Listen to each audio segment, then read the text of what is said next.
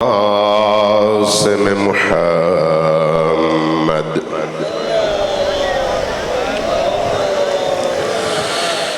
والصلاة والسلام على أولاده الطيبين الطاهرين المعصومين الميامين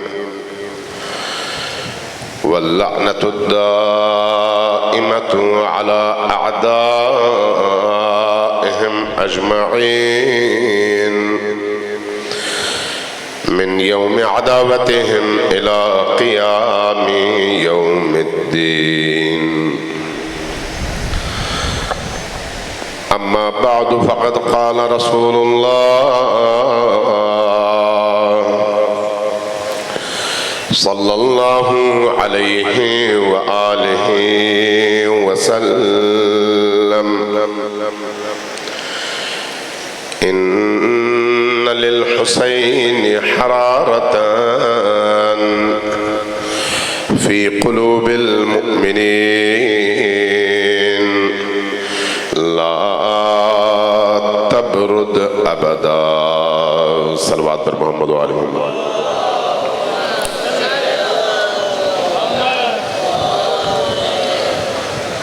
آپ کی صلوات کی آواز کم ہے، آپ کی تعداد زیادہ ہے، اپنی آواز اونچی رکھیے اور اونچی آواز سے صلوات بھیجیے پر محمد و آل محمد.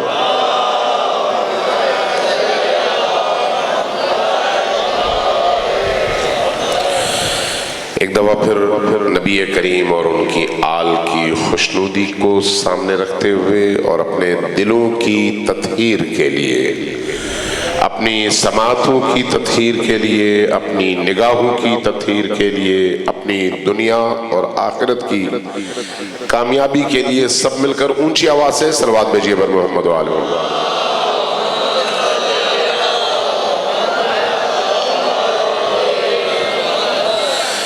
اللہ تبارک و تعالیٰ آپ کی اس عبادت کو اپنی بارگاہ میں شرف قبولیت عطا فرمائے. اس مجلس عزا میں آپ کی حاضری کو مولا حسین علیہ السلام قبول فرمائے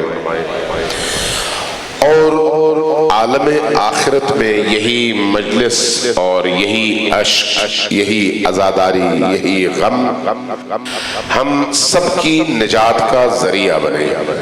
ایک دفعہ پھر اونچی آواز سے صلوات بھیجیے پر محمد و آل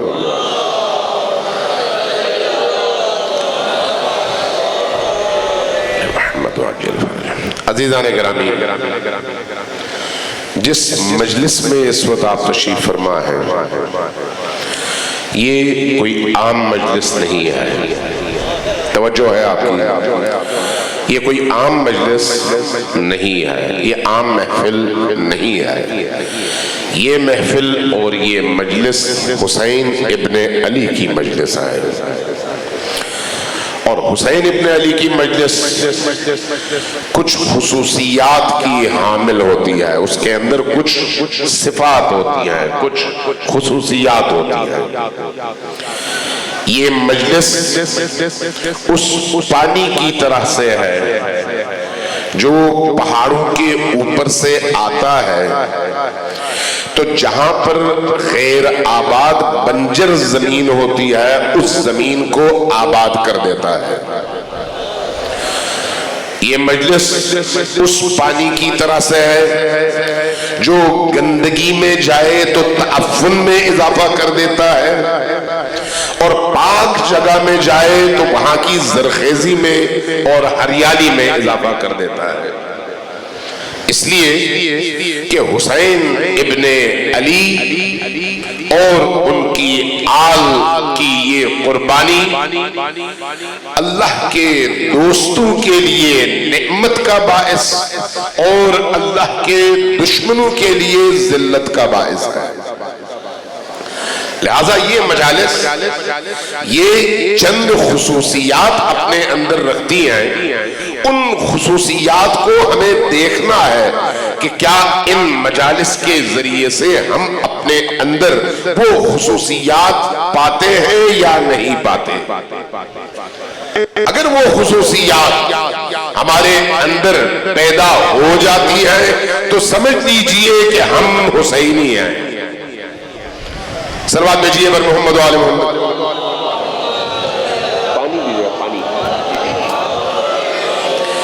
ایک دفعہ پھر صلوات بھیجیں پر محمد و آل محمد.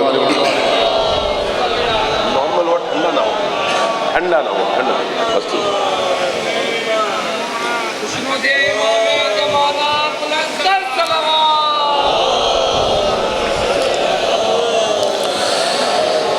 یہ مجلس دلوں کو زندہ کرنے کا باعث ہے. مجلس حسین دلوں کو مردگی سے نکال کر زندگی دینے کا باعث ہے. مجلس حسین دل کی تاریکی کو نورانیت اور روشنی میں بدلنے کا باعث ہے. مجلس حسین گمراہی سے نکال کر ہدایت کے اعلیٰ ترین درجات تک پہنچانے کا باعث ہے. مجلس حسین سننے والے کو دنیا کی غلاظتوں سے نکال کر پاک اور طاہر کرنے کا باعث ہے. مجلس حسین انسان کو جہالت سے نکال کر بصیرت، عقل اور سوچ کی روشنی دینے کا باعث ہے. مجلس حسین بزدلوں کو شجاعت کا مادہ بھر کر اب ہر دور کے یزید کے مقابلے میں کھڑا کرنے کا باعث ہے. اس لیے جو شخص مجلس حسین میں آتا ہے وہ اپنے اندر نور پاتا ہے، اپنے اندر شجاعت پاتا ہے، اپنے اندر حوصلہ اور اعتماد پاتا ہے، اپنے اندر دشمن حسین کے مقابلے میں ہمت، حوصلہ اور جرأت پاتا ہے. اور جہاں جہاں یزیدیت نظر آئے وہاں کھڑا ہو کر بتاتا ہے کہ میں فرزند مکتب حسین ہوں. یہ حسینی مجلس کی خصوصیت ہے. مجلس حسین عام ذکر نہیں ہے. اس لیے نبی کریم صلی اللہ علیہ وآلہ وسلم نے، یہ آپ صلوات بھیج رہے ہیں یا صلوات بھیجیں ذرا اونچی آواز سے.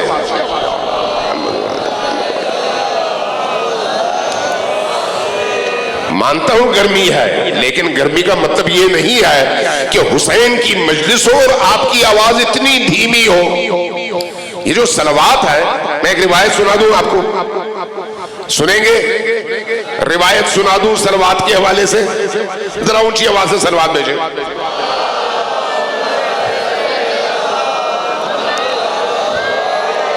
محمد نبی کریم جب معراج پر تشریف لے گئے تو ایک ایسے مقام پر پہنچے جہاں پر جبرائیل ساتھ نہیں جا سکا. ایک ایسی جگہ دیکھا ایک فرشتہ ہے اور باقی فرشتوں سے بالکل مختلف ہے. اس کی شکل مختلف ہے، اس کے بدن کے حصے مختلف ہیں، اس کا ڈھانچہ اور سٹرکچر مختلف ہے. کیا دیکھا؟ اس کے دونوں طرف ادھر بھی اور ادھر بھی اگر ایک فرشتے کا ایک پر ہوتا ہے ادھر بھی اور ادھر بھی تو اس فرشتے کے دونوں طرف 10,000 بازو تھے. 10,000 بازو.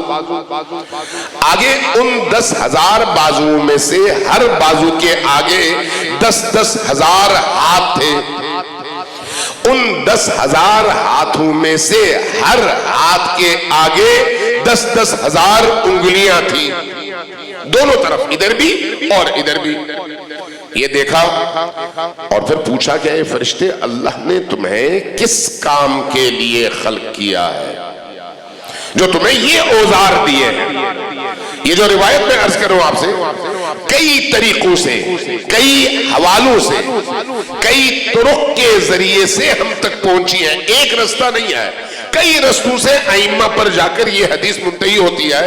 اور حدیث کو نقل کرنے والے بھی متعدد علماء اور محدثین ہیں.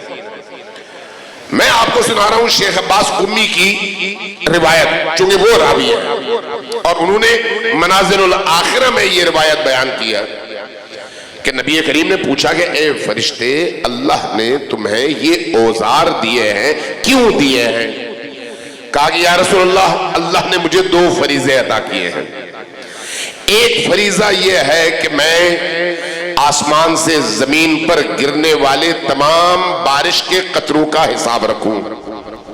اچھا کہا کہ اول خلقت سے جب سے زمین بنی ہے آج تک جتنی بار زمین پر بارش ہوئی ہے، ریگستانوں میں کتنی ہوئی ہے، سمندروں میں کتنی ہوئی ہے، پہاڑوں پر کتنی ہوئی ہے، جنگلوں میں کتنی ہوئی ہے، آبادیوں میں کتنی ہوئی ہے، ان سب کا حساب میرے پاس ہے. اس لیے اس حساب کو رکھنے کے لیے اللہ نے مجھے یہ اوزار دیے ہیں، دونوں طرف اتنے بازو اور اتنے ہاتھ اور اتنی انگلیاں.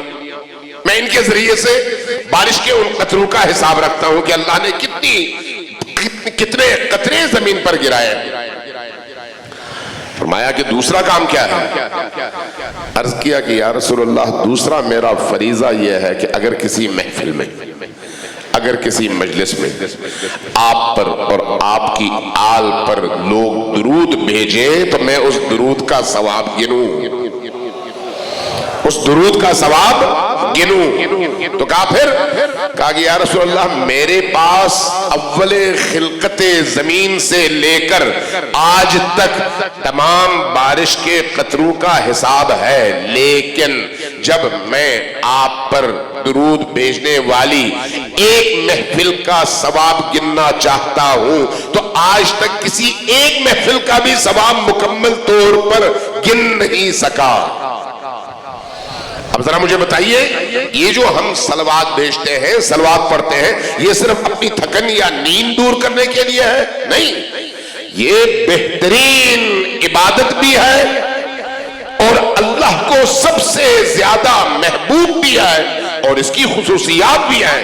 اگر آپ کے دل میں درد ہے تو اس درد کو دور کرنے کا ذریعہ صلوات ہے. اگر آپ کو کوئی پریشانی ہے تو آپ کی پریشانی کو دور کرنے کا ذریعہ صلوات ہے. اگر آپ کو اضطراب ہے، بے چینی ہے، دشمن سے پریشانی ہے تو ان تمام پریشانیوں کو دور کرنے کا ذریعہ صلوات ہے. اگر آپ کو دشمن کا خوف ہے تو اس خوف کو طاقت میں بدلنے کا ذریعہ صلوات ہے. سب مل کر صلوات بھیجیے بر محمد و آل محمد.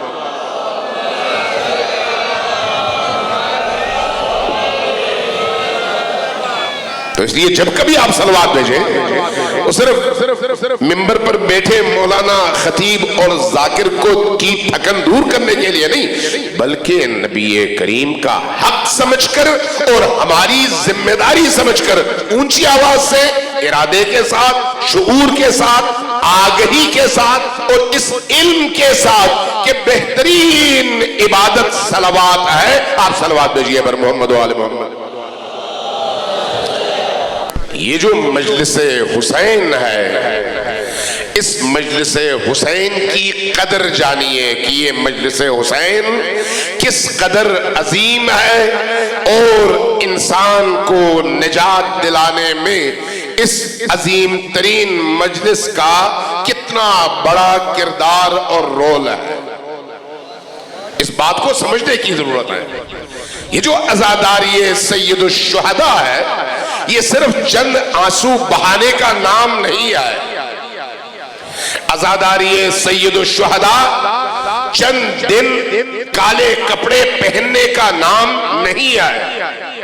عزاداری سید الشہداء چند دن کے لیے جلوس نکال کر باقی سال گھر آرام سے بیٹھنے کا نام نہیں ہے. عزاداری سید الشہداء چند دنوں کے لیے سینے پر ماتم کر کے اور خون بہا کر یا اشک بہا کر باقی 350-55 دن اپنے حسین سے الگ رہنے کا نام نہیں ہے. عزاداری سید الشہداء کا رول، عزاداری سید الشہداء کا کردار ہماری زندگی میں وہی ہونا چاہیے جو سانسوں کا کردار ہمارے بدن پر ہے. ہمارے بدن میں سانس کا کردار کیا ہے؟ اگر سانس رک جائے تو بدن مر جاتا ہے.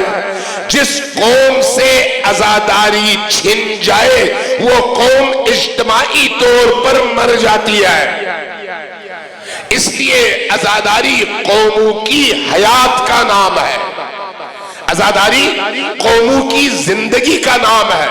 اگر کوئی قوم اجتماعی حیات میں پریشان ہو، مضطرب ہو، دشمن کے نشانے پر ہو اور مزمحل ہو، شکست خوردہ ہو، جس دن اس نے عزاداری کے ذریعے سے حسین ابن علی کے دامن کو تھاما اور مضبوطی سے پکڑا، وہ دن تمام تر ظالموں کے ظلم کے جنگل سے نکلنے کے آغاز کا دن ہے۔ اس لیے عزاداری کی قدر و قیمت کو جانیے، اس لیے عزاداری کی اہمیت کو سمجھیے کہ یہ عزاداری ہے تو کیا ہے۔ یہ عزاداری آپ کو شعور عطا کرتی ہے، یہ عزاداری آپ کو ادراک عطا کرتی ہے، یہ عزاداری آپ کو حسین ابن علی علیہ السلام کی معرفت عطا کرتی ہے، یہ عزاداری آپ کو عبادت کی لذت سے آشنا کرتی ہے، یہ عزاداری آپ کو حسین سے جوڑتی ہے اور حسین کے دشمنوں سے توڑتی ہے۔ یہ عزاداری صرف رسم نہیں ہے، رسم نہیں ہے، بلکہ یہ ایک ہدف ہے۔ ایک معنی میں عزاداری مقصد ہے اور ایک معنی میں عزاداری رستہ ہے۔ اگر آپ دشمنوں کے عزائم اور دشمنوں کی سازشوں کے مقابلے میں دیکھیں تو عزاداری وہ ہدف ہے جس کے ذریعے سے آپ اہل البیت کے دشمنوں کے مقابلے میں اہل البیت کا نام، ان کا کام، ان کا کارنامہ، ان کی سوچ، ان کی فکر، ان کا ہدف، ان کی قربانی اور ان کی تاریخ کو اسی عزاداری کے ذریعے سے زندہ رکھتے ہیں۔ اس لیے اس حوالے سے جب آپ دیکھتے ہیں تو یہ ہدف ہے، یہ ہدف ہے اور بہت بڑا ہدف ہے۔ لیکن دوسری طرف اس سے تھوڑا سا اوپر بھی جانا چاہیے، اس ہدف سے تھوڑا سا مزید اوپر بھی جانا چاہیے۔ وہ کیا ہے؟ یہ عزاداری آپ کو انسان رہتے ہوئے اس مقام تک پہنچا سکتی ہے کہ آپ فرشتوں سے افضل ہو جائیں۔ یہ عزاداری آپ کے آنکھوں سے گرنے والے آنسوں کی وجہ سے آپ کی روح کی تطہیر کر کے، روح کو پاکیزہ کر کے، روح کی کدورتوں کو دور کر کے، روح کی تاریکیوں کو دور کر کے آپ کو اس مقام تک پہنچا سکتی ہے جس مقام پر علی ابن ابی طالب آپ کے منتظر ہیں۔ یہ عزاداری یہ کام کرتی ہے۔ اس لیے عزاداری سید الشہداء میں بہنے والے آنسوں کی قیمت بیان کی گئی ہے۔ اس لیے عزاداری سید الشہداء میں بہنے والے ایک آنسو کا بتایا گیا ہے ہمیں احادیث کے ذریعے سے کہ اگر پاکیزہ انسان ہو اور حسین پر ایک قطرہ آنسو کا بہا سکیں تو وہ ایک قطرہ آنسو جہنم کی آگ کو بجھانے کی طاقت رکھتا ہے۔ یہ ہمیں روایات میں احادیث میں بتایا گیا ہے۔ اور حسین پر آنسو کہاں بہتے ہیں؟ عزاداری سید الشہداء میں۔ اس لیے عزاداری سید الشہداء میں جب آپ تشریف لاتے ہیں تو اس شعور کے ساتھ تشریف لائیے کہ یہ وہ عبادت ہے جو آپ کو اڑنے کے لیے، اس مقام بلند تک پہنچنے کے لیے پر عطا کرنے والی عبادت ہے۔ اس لیے اس عبادت میں آپ کو باوضو ہو کر پاک کپڑوں کے ساتھ، پاک بدن کے ساتھ، پاک نیتوں کے ساتھ فرش عزا پر بیٹھنا چاہیے۔ صلوات بھیجیے بر محمد و آل محمد۔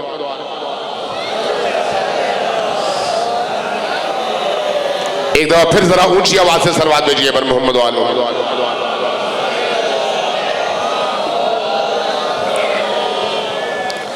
دنیا میں 7 ارب انسان ہیں، 7 ارب انسان ہیں، اور ان میں مسلمان تقریباً 1.5 ارب سے زیادہ ہیں، 1.5 ارب سے زیادہ مسلمان ہیں، لیکن حسین پر رونے کی توفیق کتنے لوگوں کو حاصل ہے؟ سوچا ہے کبھی؟ اتنی بڑی انسانی آبادی میں حسین ابن علی علیہ السلام پر رونے کی توفیق وہ بہت کم لوگوں کو حاصل ہے۔ وہ کم لوگ کون ہیں؟ جن کے دل حسین سے جڑے ہوئے ہیں، جن کی روحیں حسین ابن علی سے جڑی ہوئی ہیں۔ یہ وہ پاکیزہ روح ہیں جن کا انتخاب اللہ نے کیا ہے، یہ وہ پاکیزہ ارواح ہیں جن کو روز ازل میں جب خلق کیا جا رہا تھا تو تب ائمہ علیہم السلام کی بچی ہوئی مٹی میں سے خلق کیا گیا ہے۔ میں آپ کو روایت سناؤں، آمادگی ہے، تیار ہے روایت سننے کے لیے، حدیث سننے کے لیے؟ ذرا اونچی آواز سے صلوات دیجیے۔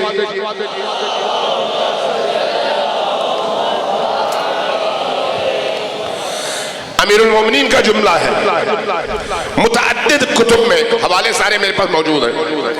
فرمایا شیعتنا، ہمارے شیعہ، ہمارے شیعہ سے مراد وہ شخص نہیں ہے جو کہے میں شیعہ ہوں، وہ شخص ہے جس کا عمل کہے کہ یہ شیعہ کا عمل ہے۔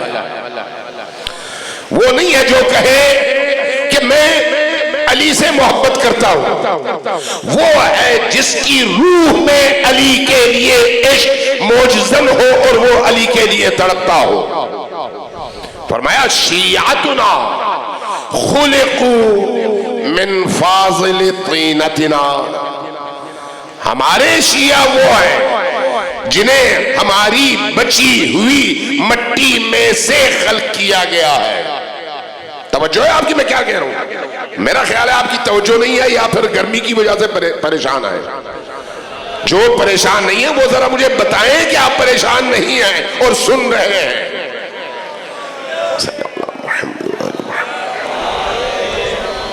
فرمایا شیعتنا، ہمارے شیعہ وہ ہیں جو خلقوا من فاضل طینتنا، وہ ہے جنہیں ہماری بچی ہوئی مٹی میں سے خلق کیا گیا ہے۔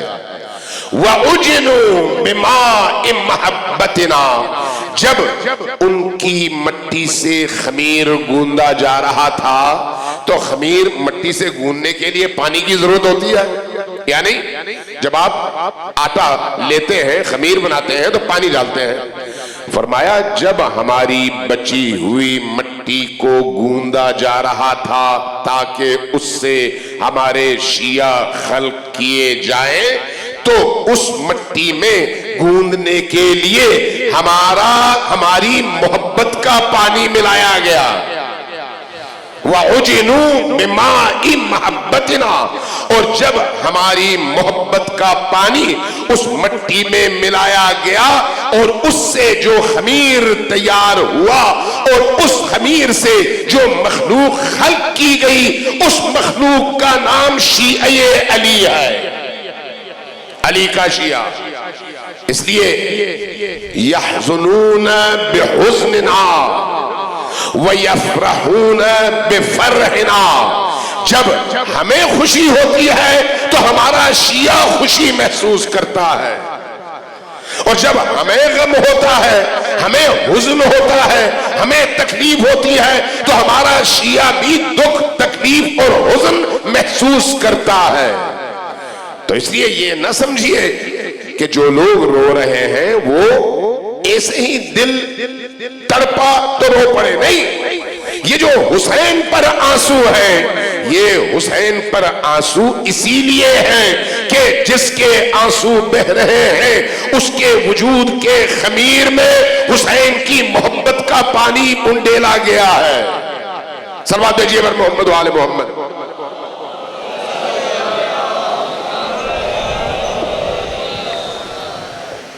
ایک دفعہ پھر صلوات بھیجیے بر محمد و آل محمد.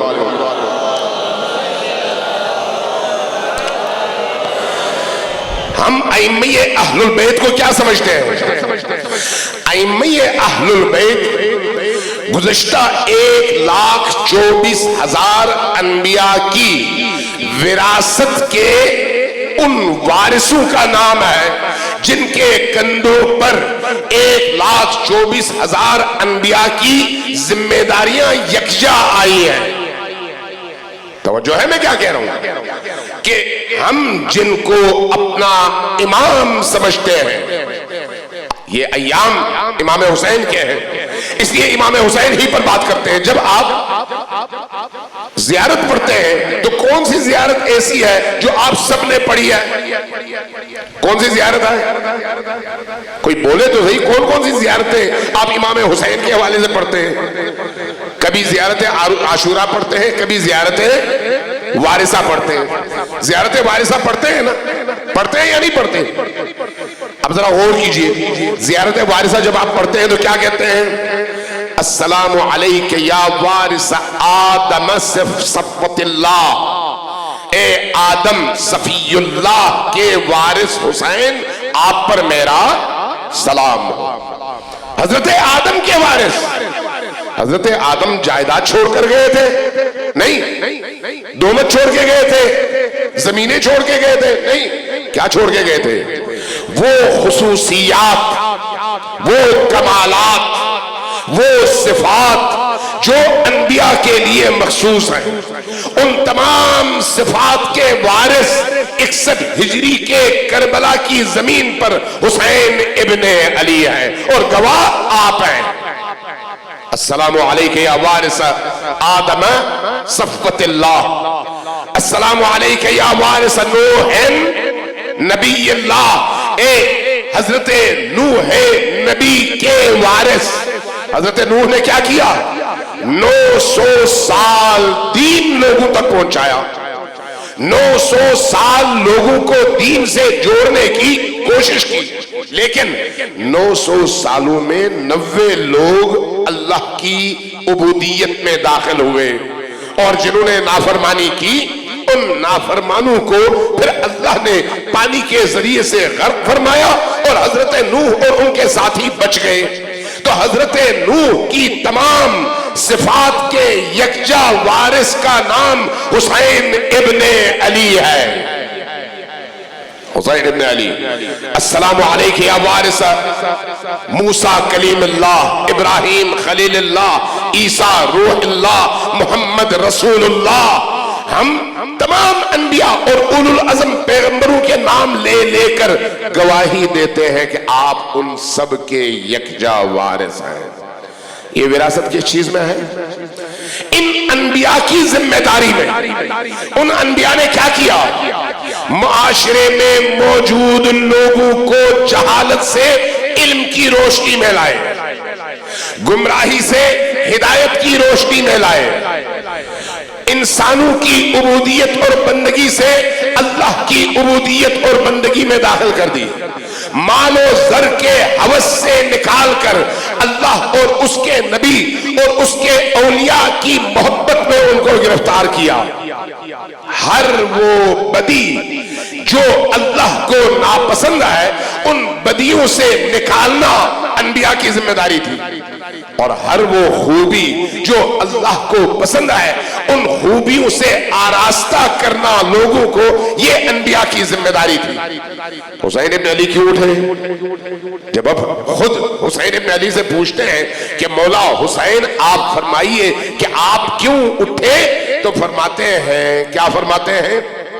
الا ترون، کیا تم نہیں دیکھ رہے معاشرے کے اندر ان الحق لا یعمل بہ، حق پر عمل نہیں کیا جا رہا، لوگ رشوت لے رہے ہیں، لوگ کرپشن کر رہے ہیں، لوگ جھوٹ بول رہے ہیں، لوگ خدا سے دوری اختیار کر رہے ہیں، لوگ تمام اللہ کی قدروں کو پامال کر رہے ہیں اور بے گناہوں پر ظلم کرتے ہیں، بے گناہوں کا خون بہاتے ہیں، اور اللہ کے دین کے احکام کی راہ میں، نفاذ کی راہ میں روڑے اٹکاتے ہیں، رکاوٹیں کھڑی کرتے ہیں، اور الا ترون، کیا تم نہیں دیکھ رہے، ان الحق لا یؤمل بہ والباطل لا یتناہا عنہ، باطل سے اجتناب نہیں کرتے لوگ اور حق پر عمل نہیں کرتے.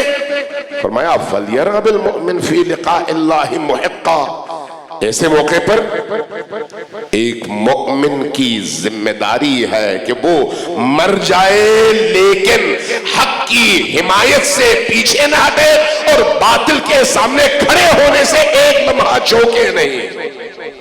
یہ کون کہتا ہے؟ حسین ابن علی علیہ السلام. یہ حسین کی زندگی کا ہدف ہے اور اسی ہدف کے لیے، اسی ہدف کو زندہ کرنے کے لیے حسین ابن علی کربلا میں اپنے ساتھیوں کے ساتھ جام شہادت نوش کرتے ہیں. اور جب حسین ابن علی سے بیعت مانگی جاتی ہے، ذرا توجہ دیں، جب بیعت مانگی جاتی ہے تو آپ کا ایک جملہ بڑا معروف ہے، آپ سب نے سنا ہے. وہ کیا ہے؟ مثلی لا یبایع مثلہ. سنا ہے نا آپ نے یہ جملہ؟ مثلی لا یبایع مثلہ، مجھ جیسا یزید جیسے کی کبھی بھی بیعت نہیں کر سکتا. میرا ساتھ دے، کر سکتا ہے یا نہیں؟ کر سکتا ہے یا نہیں؟ نہیں کر سکتا. کیوں نہیں کر سکتا؟ یہ کیوں نہیں کہا کہ حسین ابن علی یزید ابن معاویہ کی بیعت نہیں کرے گا؟ امام حسین نے تا قیام قیامت ایک واضح پیغام دے دیا کہ 61 ہجری میں حسین بیعت نہیں کرتا اور 61 ہجری سے لے کر تا قیام قیامت حسینی بیعت نہیں کرتا. جو حسینی ہے وہ مثلی ہے، جو یزیدی ہے وہ مثلہو ہے. اس لیے فرمایا مثلی لا یبایع مثلہو، جو میرے جیسا ہوگا، میری طرح سے سوچتا ہوگا، وہ اس جیسے کی کبھی بھی بیعت نہیں کرے گا. صلوات دیجئے بر محمد و آل محمد.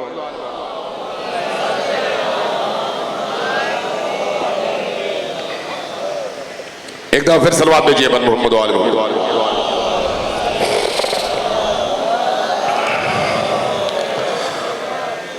ذرا غور کیجئے کہ عزاداری سید الشہداء کس چیز کا نام ہے؟ 7 کی سرزمین میں کربلا آباد کرنے کا. تو جو ہے کربلا آباد کرنے کا نام ہے.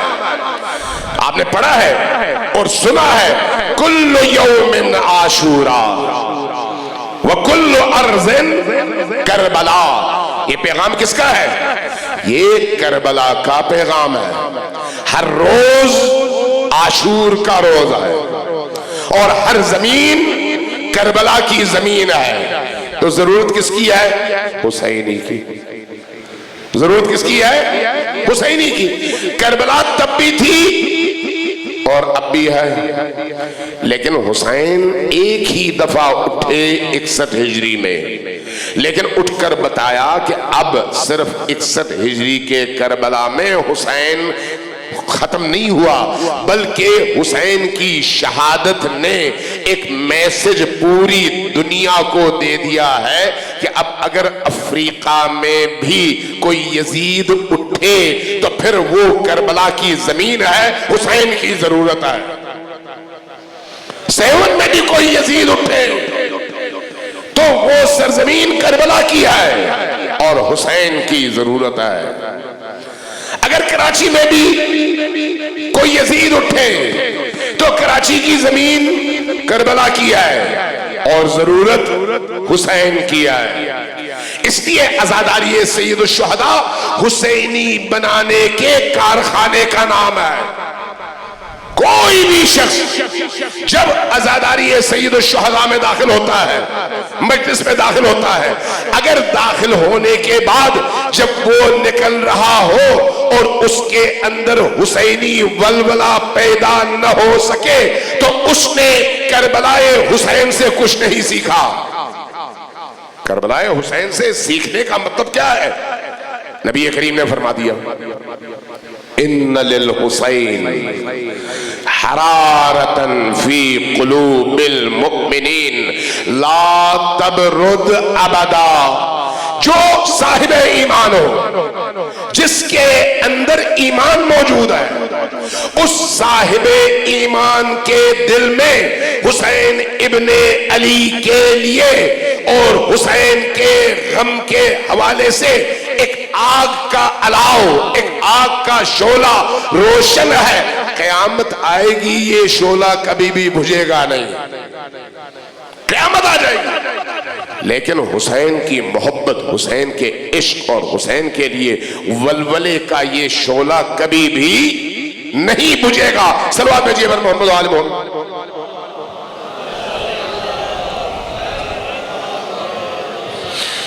دوبارہ ذرا اونچی آواز سے صلوات بھیجیے.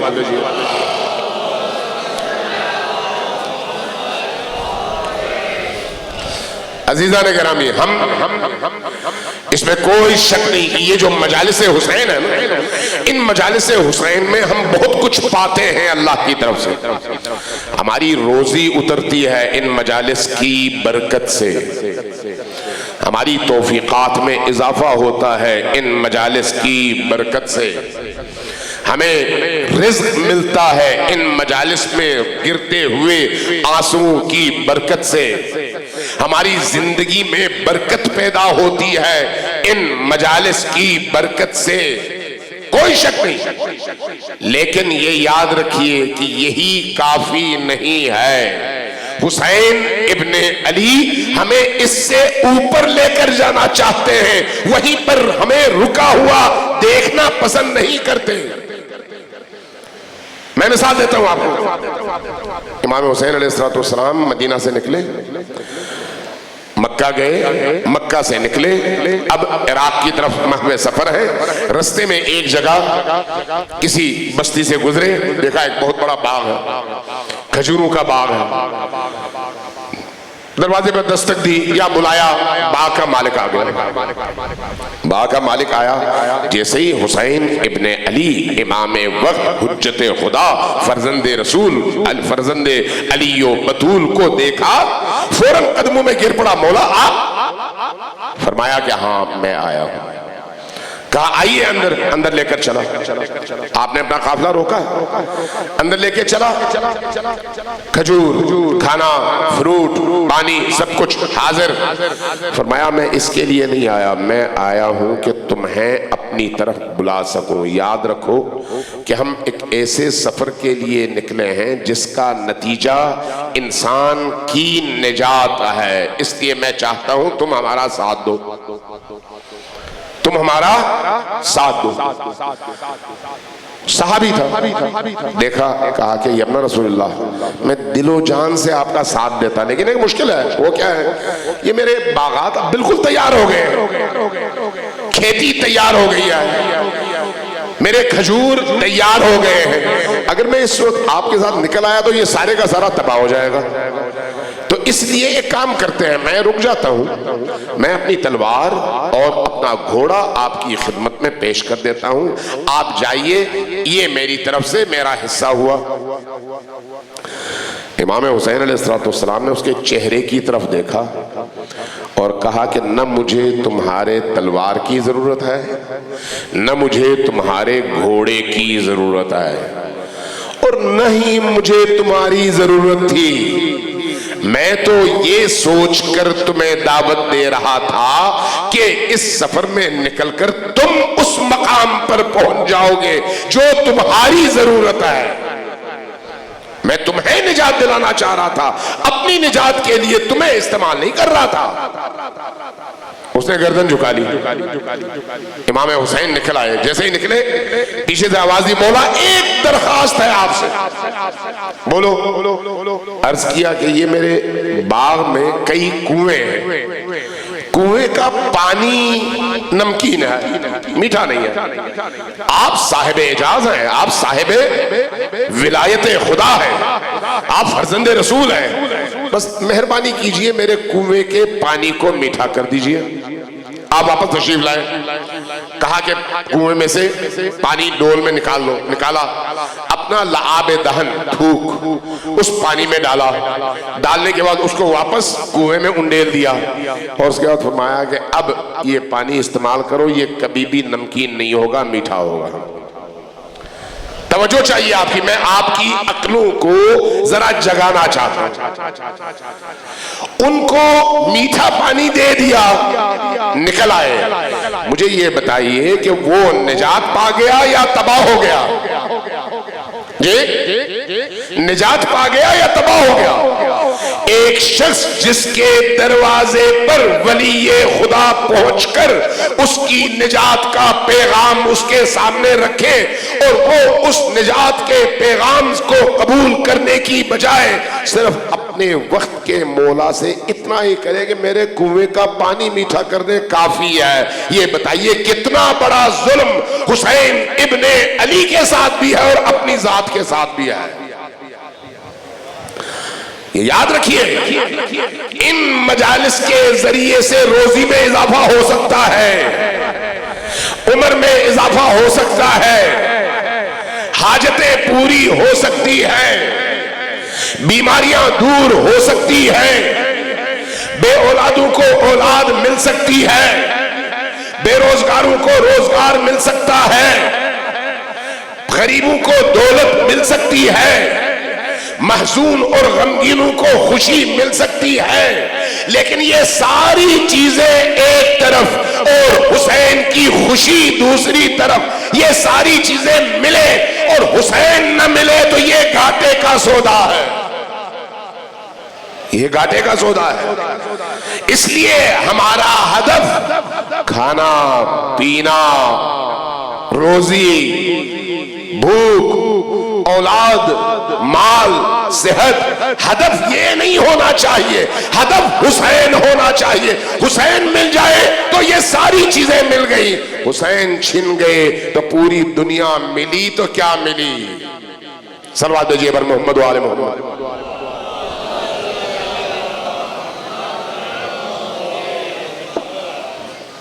دوبارہ صلوات دیجئے بر محمد و آل محمد۔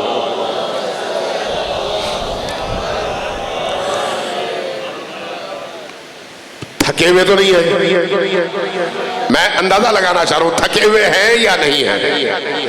جو لوگ نہیں تھکے وہ ذرا اونچی آواز سے اپنی بیداری اور فریش ہونے کا ثبوت دیں۔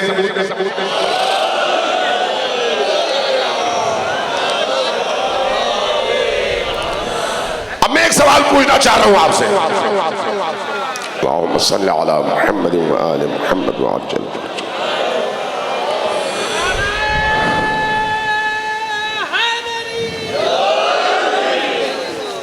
ایک سوال پوچھنا چاہ رہا ہوں آپ سے، میں نے جو امیر المومنین کی حدیث پڑھی، شیعتنا خلقوا من فاضل طینتنا وعجلوا بماء محبتنا یحزنون بحزننا ویفرحون بفرحنا۔ ترجمہ آپ کو بتا چکا ہوں، دوبارہ تکرار نہیں کرتا۔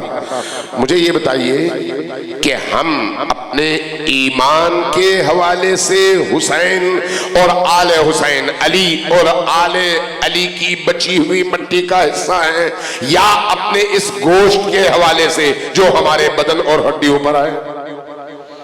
گوشت نہیں، ایمان، عقیدہ، ولایت، عقیدت، مودت اور امام کی ولایت کا وہ ہار جو ہم نے اپنے گلے میں پہنا ہوا ہے، اور وہ تمام خصوصیات جو علی ابن ابی طالب میں موجود ہے۔ اس لیے ہو سکتا ہے کسی غیر مسلم کا بیٹا علی والا بن جائے، بدن کے لحاظ سے نہیں تھا، روح کے لحاظ سے تھا، اس لیے غیر مسلم باپ کا مسلم بیٹا علی کا غلام بن جاتا ہے، اور بعض اوقات علی کے مولائی کا بیٹا پسر نوح بن کر اس ولایت کے رستے سے ہٹ جاتا ہے، اس لیے کہ روح جڑی ہوئی نہیں ہے۔ اصل کام روح کا جوڑنا ہے، بدن کا نہیں۔ توجہ ہے، روح کا جوڑنا اصل کام ہے، بدن کا نہیں۔ بعض اوقات ہم بہت زور لگاتے ہیں جب کربلا جاتے ہیں کہ کسی طرح سے حرم امام حسین میں پہنچے اور ذریح کو کسی طرح سے پکڑیں. بے شک اس میں برکت ہے، کوئی شک نہیں ہے اس میں، اور انسان کو تسکین ملتی ہے، کوئی شک نہیں ہے، لیکن اگر بدن پاک بھی ہو، روح نجس ہو، تو اس ذریح سے چمٹنے سے وہ نجس روح پاک نہیں ہوتی. اس روح کو پاک کرو، دور بھی ہو تو حسین سینے سے لگا لیں گے. اس روح کو پاک کرو. امیر المومنین علی بن ابی طالب صلی اللہ علیہ محمد وآل محمد جنگ صفین میں تھے. میں نے جو روایت پڑھی ہے حضرت عبداللہ ابن عباس کے حوالے سے پڑھی ہے. عبداللہ ابن عباس نے کہا کہ یا امیر المومنین، آج جب وہ جنگ، چونکہ کئی عرصے تک، کئی مہینوں تک جنگ جاری رہی، تو ایک دن جنگ سے فارغ ہونے کے بعد رات کے موقع پہ خیمے میں بیٹھے تھے. عرض کیا کہ مولا، آج میں نے آپ کی نسبت ایک دشمن زیادہ مارا ہے. کہا وہ کیسے؟ کہا کہ آپ نے اتنے مارے، میں نے اتنے مارے، آپ سے عدد میں نے زیادہ مار دیے. امیر المومنین مسکرائے، ذرا توجہ چاہیے آپ کی، مسکرائے، مسکرا کے فرمایا کہ ہاں تم صحیح کہہ رہے ہو کہ تم نے ایک زیادہ مارا، لیکن فرق یہ ہے کہ تم نے ہر اس شخص کو جو تمہارے سامنے آیا مار دیا، لیکن علی نے ایسا نہیں کیا. آپ نے کیوں ایسا نہیں کیا؟ میں نے یہ دیکھا کہ میرے سامنے جو دشمن آ رہا ہے، اگر اس کی 7ویں نسل تک میں کوئی ایک علی کا موالی ہے تو میں نے اس ایک موالی کی خاطر اس کی جان چھوڑ دی.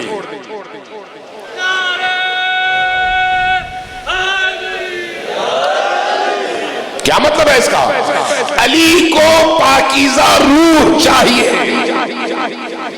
علی روح کو دیکھتے ہیں، کس کی روح کتنی پاکیزہ ہے. علی اس روح میں موجود خصوصیات کو دیکھتے ہیں. ہم عام طور پر اپنی زندگی میں کوئی لنگڑا ہو تو کہتے ہیں یہ معذور ہے، کسی کا ہاتھ کٹا ہو یہ معذور ہے.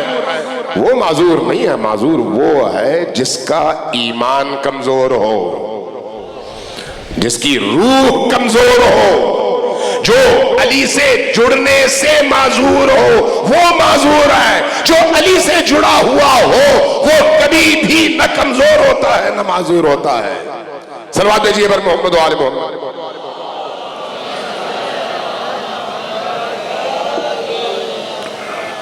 ذرا غور کیجئے، اگر ہم یہ عقیدہ رکھتے ہیں کہ اللہ تبارک و تعالی نے علی کے ماننے اور علی سے عشق رکھنے والوں کو اہل البیت کی بچی ہوئی مٹی میں سے خلق کیا ہے، تو پھر ہمیں یہ دیکھنا ہوگا کہ اہل البیت میں اور ماننے والوں میں مشابہتیں کیا ہیں. توجہ ہے، مشابہتیں کیا ہیں؟ وہ کبھی بھی ظالم نہیں تھے، انہوں نے کبھی ظلم نہیں کیا. اہل البیت کا ماننے والا کبھی ظالم نہیں ہو سکتا. توجہ ہے، ظالم نہیں ہو سکتا.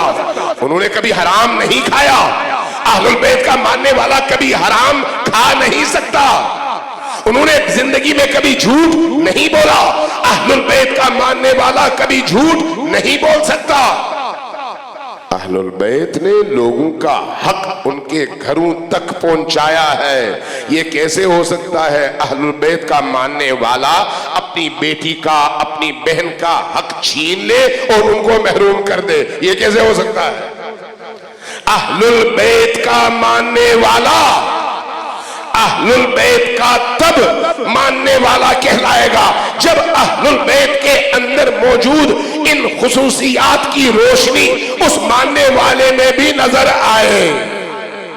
صلوات دیجیے پر محمد و آل محمد.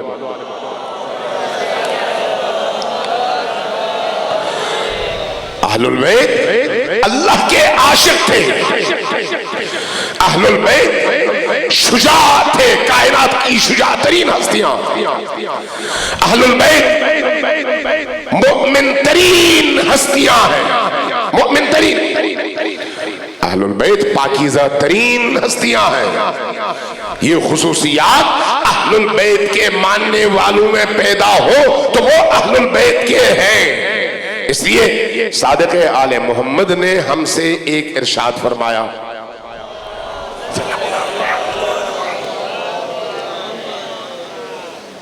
مجھے اور آپ کو نصیحت کی. کیا فرمایا؟ کونوا لنا زینا ولا تکونوا علینا شینا.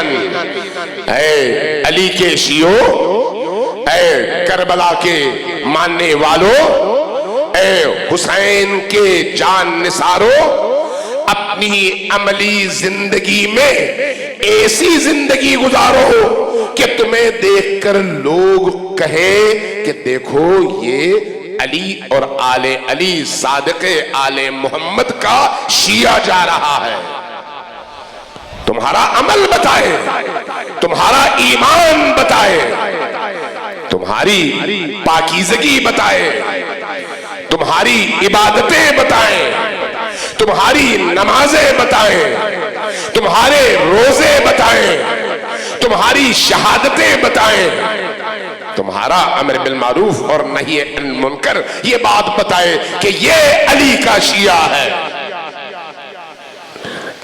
وَلَا تَكُونُوا عَلَيْنَا شَيْئًا. ایسا نہ ہو کہ تمہیں دیکھ کر کہیں یہ ہے علی کا شیعہ، جس کو نماز نہیں آتی یہ علی کا شیعہ، جبکہ علی نماز کی حالت میں شہید ہوئے.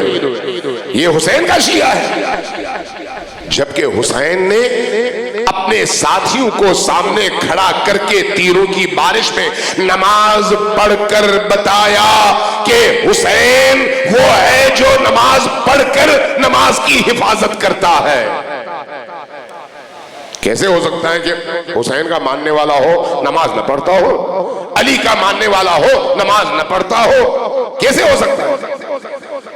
یہ یاد رکھیے، بغیر عشق علی نماز فائدہ نہیں دیتی، لیکن عشق علی کے ساتھ اگر نماز کو ترک کر دیا جائے تو علی راضی نہیں ہوتے.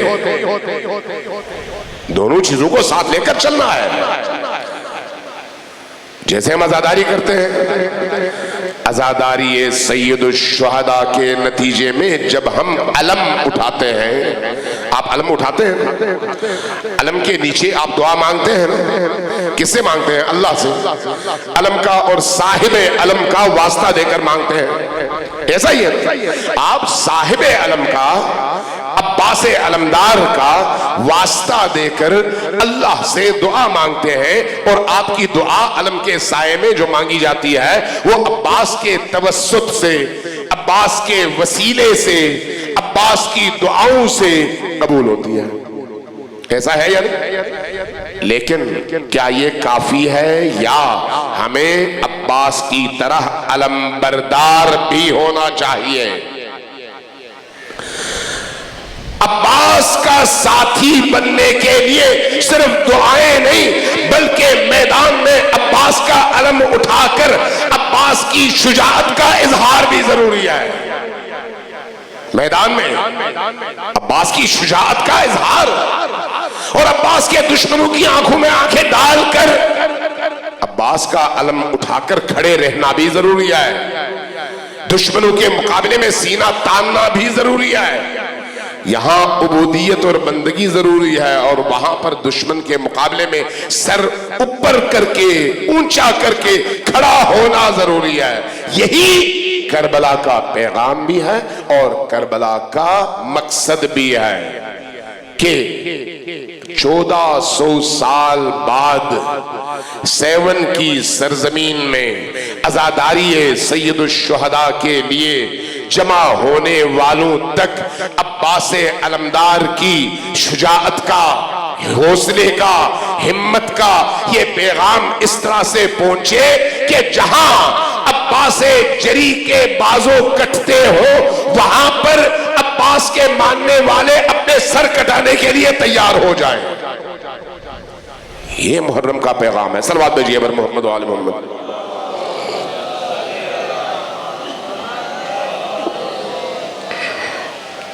ایک دفعہ پھر صلوات بھیجیے بر محمد و آل محمد.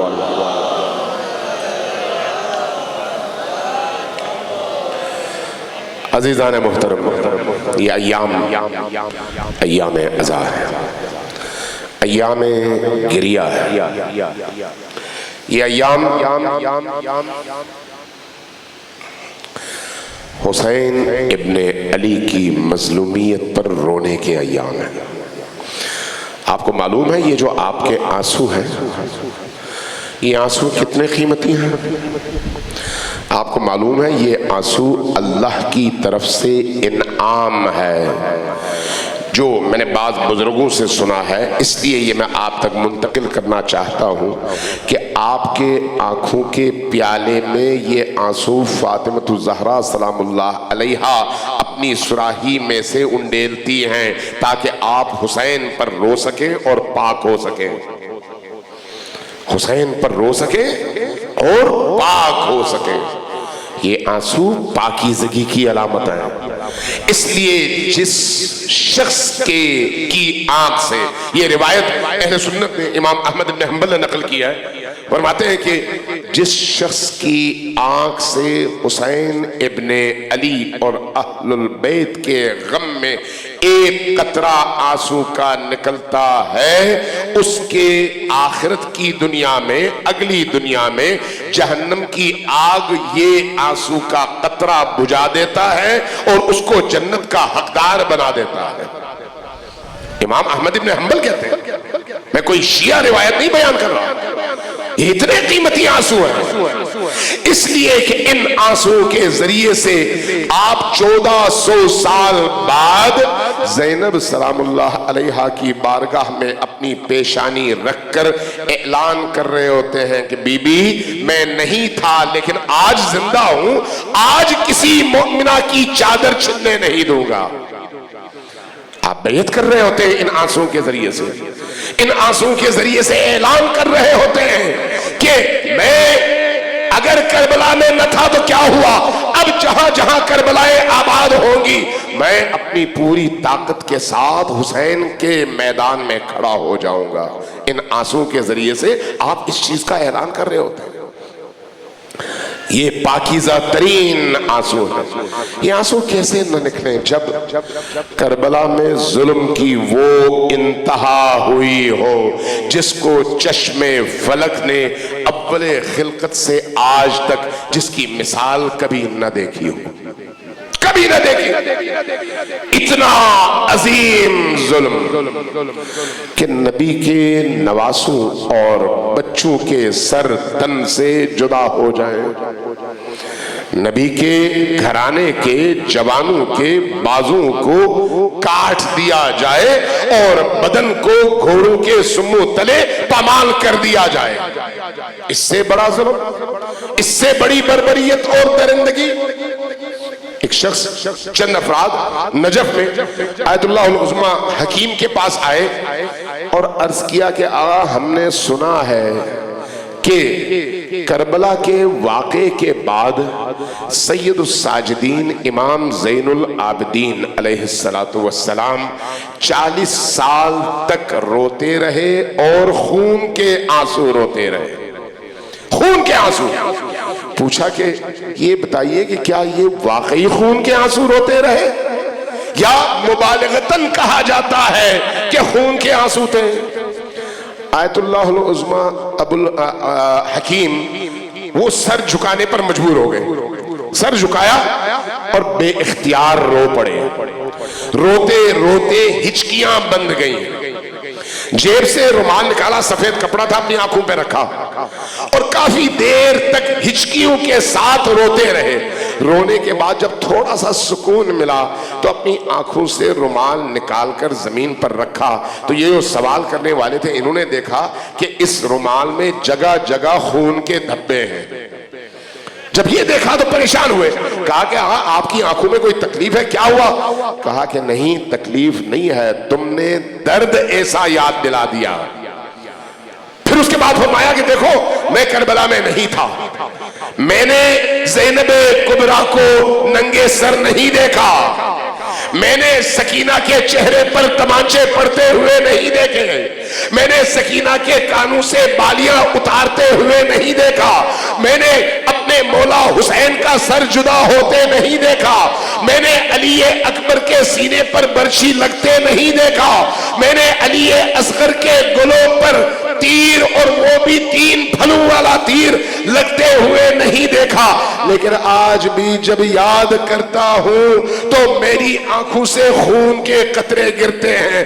سید الساجدین نے تو یہ سب کچھ اپنی آنکھوں سے دیکھا تھا، اور صرف یہ نہیں دیکھا بلکہ جب ان کو کوفہ کے بازار میں لایا گیا تو اطراف سے لوگ آگ برسا رہے تھے، پتھر برسا رہے تھے، اور خارجی خارجی کہہ کر برا بلا کہہ رہے تھے۔